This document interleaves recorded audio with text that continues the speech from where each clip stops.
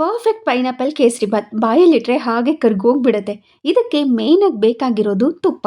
ಮುಕ್ಕಾಲ್ ಕಪ್ನಷ್ಟು ತುಪ್ಪನ ಬಿಸಿ ಮಾಡ್ಕೋಬೇಕು. ನಾನಿವತ್ತು ಕೊಡಚಾದ್ರಿ ಆರ್ಗ್ಯಾನಿಕ್ಸ್ ಇಂದ ಹಳ್ಳಿಕಾರ್ ಹಸುವಿನ ತುಪ್ಪನ ಬಳಸ್ತಾ ಇದ್ದೀನಿ. ಈ ತುಪ್ಪನ ಬಳಸೋದ್ರಿಂದ ಡೈಜೆಷನ್ಗೆ ಹೆಲ್ಪ್ ಮಾಡುತ್ತೆ, ಇಮ್ಯುನಿಟಿನ ಬೂಸ್ಟ್ ಮಾಡುತ್ತೆ, ಹಾಗೆ ಎನರ್ಜಿ ಲೆವೆಲ್ನ ಇನ್ಕ್ರೀಸ್ ಮಾಡುತ್ತೆ. ಅಷ್ಟೇ ಇಲ್ಲದೆ ಇವರಲ್ಲಿ ಡೈರಿ ಪ್ರಾಡಕ್ಟ್ಸ್ಗಳು, ಮಿಲ್ಲೆಟ್ಸ್, ಧಾನ್ಯಗಳು, ಆರ್ಗ್ಯಾನಿಕ್ ಪ್ರಾಡಕ್ಟ್ಸ್ಗಳು ಕೂಡ ಸಿಗುತ್ತೆ. ತುಪ್ಪ ಬಿಸಿ ಆದ್ಮೇಲೆ 1 ಕಪ್ನಷ್ಟು ರವೆನ ಹಾಕಿ ಚೆನ್ನಾಗಿ ಇದನ್ನ ತುಪ್ಪದಲ್ಲೇ ಹುರಿಬೇಕು. ಮಧ್ಯದಲ್ಲಿ ದ್ರಾಕ್ಷಿ ಗೋಡಂಬಿನ ಹಾಕೊಂಡಿದ್ದೀನಿ. ನಂತರ ಸಣ್ಣದಾಗಿ ಹೆಚ್ಚಿಟ್ಕೊಂಡಿರುವಂತ ಪೈನಾಪಲ್ನ ಹಾಕಿ ಮತ್ತೆ ಇದನ್ನ ಫ್ರೈ ಮಾಡ್ಕೋಬೇಕು.